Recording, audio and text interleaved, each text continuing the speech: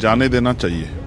मैं भी जाना चाहता था, लेकिन सरकार ने रोक दिया और एडमिनिस्ट्रेशन ने कहा कि अभी लॉ एंड ऑर्डर की सिचुएशन अच्छी नहीं है। वहाँ की सरकार, जो उस समय कांग्रेस की सरकार थी, तो उन्होंने, मैं एयरपोर्ट पे उतरता और वो मुझे वापस पकड़ के जो है कभी फ्लाइट से कभी ट्रेन से वापस भेज देते हैं। संभल के हालात अभी बहुत अच्छे नहीं है, हम लोग चिंता में हैं और लगातार पार्लियामेंट में हम लोग कोशिश कर रहे थे इस पर चर्चा हो। मैं तो कहता हूँ कि उत्तर प्रदेश में राष्ट्रपति शासन लगा देना चाहिए, क्योंकि उत्तर प्रदेश में कानून व्यवस्था बिल्कुल खत्म हो गई। उत्तर प्रदेश के संभल में भड़की हिंसा के बाद राजनीति गर्मा गई है।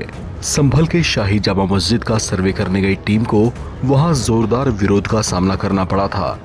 उपद्रवी भीड़ ने पुलिस कर्मियों को निशाना बनाकर उन पर खूब पथराव भी किया था, जिसके बाद पुलिस को सख्ती बरतनी पड़ी थी। अब इसे लेकर राजनीति का मिजाज गर्म है। कई विपक्षी दलों के नेता संभल जाना चाहते हैं, लेकिन इसकी संवेदनशीलता को देखते हुए उन्हें वहां जाने से रोका जा रहा है।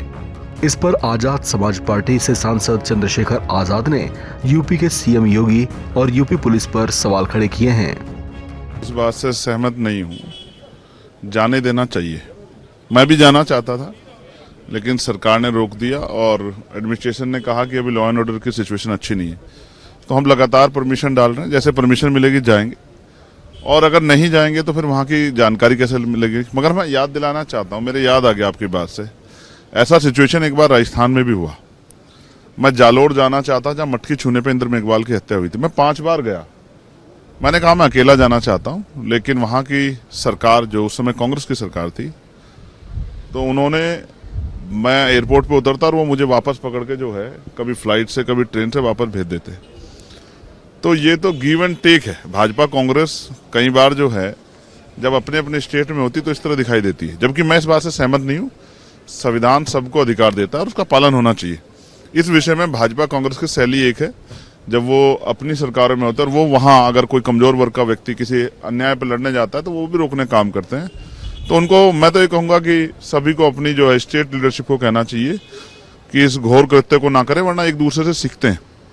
रही बात संभल की, संभल के हालात अभी बहुत अच्छे नहीं है, हम लोग चिंता में हैं और लगातार पार्लियामेंट में हम लोग कोशिश कर रहे थे इस पर चर्चा हो। कोई विस्तृत चर्चा नहीं हुई, संभल पे चर्चा होनी चाहिए, संभल में लोग जान गए, उस पर चर्चा होनी चाहिए। और जो अहंकार सरकार को है उत्तर प्रदेश की, और जो गुंडागर्दी सरकार कर रही है, उस गुंडागर्दी से भी निजात मिलनी चाहिए। मैं तो कहता हूँ कि उत्तर प्रदेश में राष्ट्रपति शासन लगा देना चाहिए, क्योंकि उत्तर प्रदेश में कानून व्यवस्था बिल्कुल खत्म हो गई।